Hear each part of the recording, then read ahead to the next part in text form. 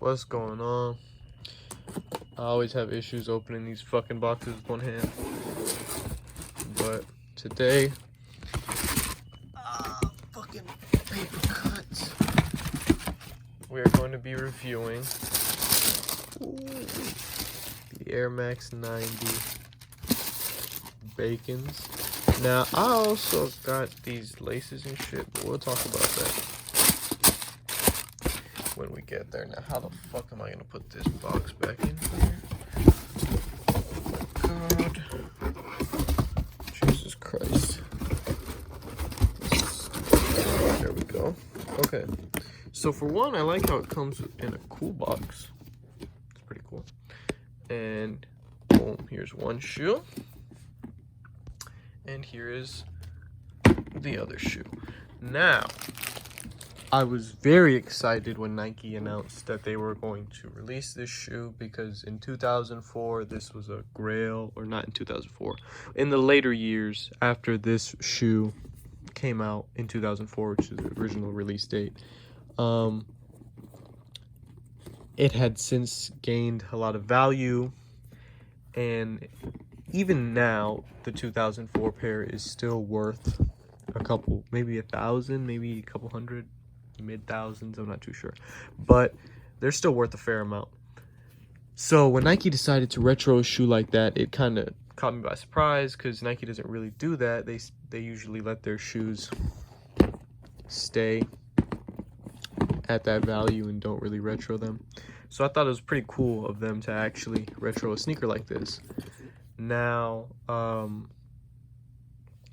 years later, you know, in 2021, they released this retro, which has some differences to the 2004 pair, but not too many. It's things like colors, and like this might be a little bit darker. That's probably due to age, but like, yeah, I think little details like that, like this, is certain colors are a little off, but yeah, overall, for a retro, not bad. Nike did a good job, but the quality has been a problem, actually. So for me, thankfully, I was able to cop these through the Sneakers app on what was called a second chance. So I lost the draw on release day, and took my L and almost paid resale, because at one point these were selling for like 300 bucks. And I was like, fuck, that's a lot, and I wasn't gonna pay 300, but I noticed that they dropped significantly down to like 170 when retail's only 140. So I almost was like, you know, fuck it, $30 more over, that's not terrible. But I didn't go through with it, and I stayed patient, and that's when Nike did a second chance, which I was luckily able to cop on second chance, and I got them for retail. So for some reason, I guess because Nike made these a huge general release, the value of resellers trying to sell these crashed, because they were trying to keep them for that $400, $300 price tag, and because Nike just made so many, people were just shipping them out their ass until the value is now shit. You could probably honestly get these for under retail if you know the right person. But quality, back to that. So thankfully, I didn't get a pair that was too bad. I just got little stains and whatever. I don't know if it's supposed to look like that. I think so.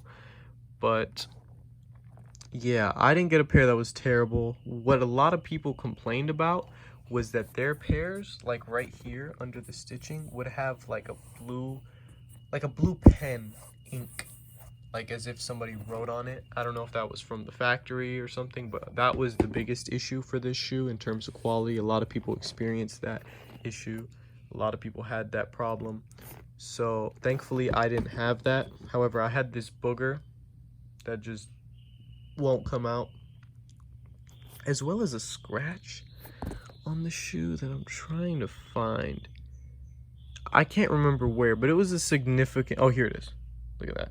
So, you know, I mean, in a little red stain. So you can tell that the quality wasn't the best on these in terms of quality control. But, you know, whatever. I'm just glad I have the sneaker, and it's nothing crazy. You know, it's nothing that ruins the whole shoe. I like the pink air bubble. And yeah, that's the biggest thing that has been an issue that I've noticed on my pair at least. Thankfully, it wasn't blue ink, which I mean, I'm sure there's ways to take off, but why would you want to deal with that? So it's got this little nubuck-ish material right here at the toe and the overlay. So that's pretty cool. The paint kind of looks like shit over here a little bit. Something about it just doesn't look right. But overall, I think Nike did a pretty decent job at retroing this shoe. It comes with a pair of pink laces as well as a pair of red laces.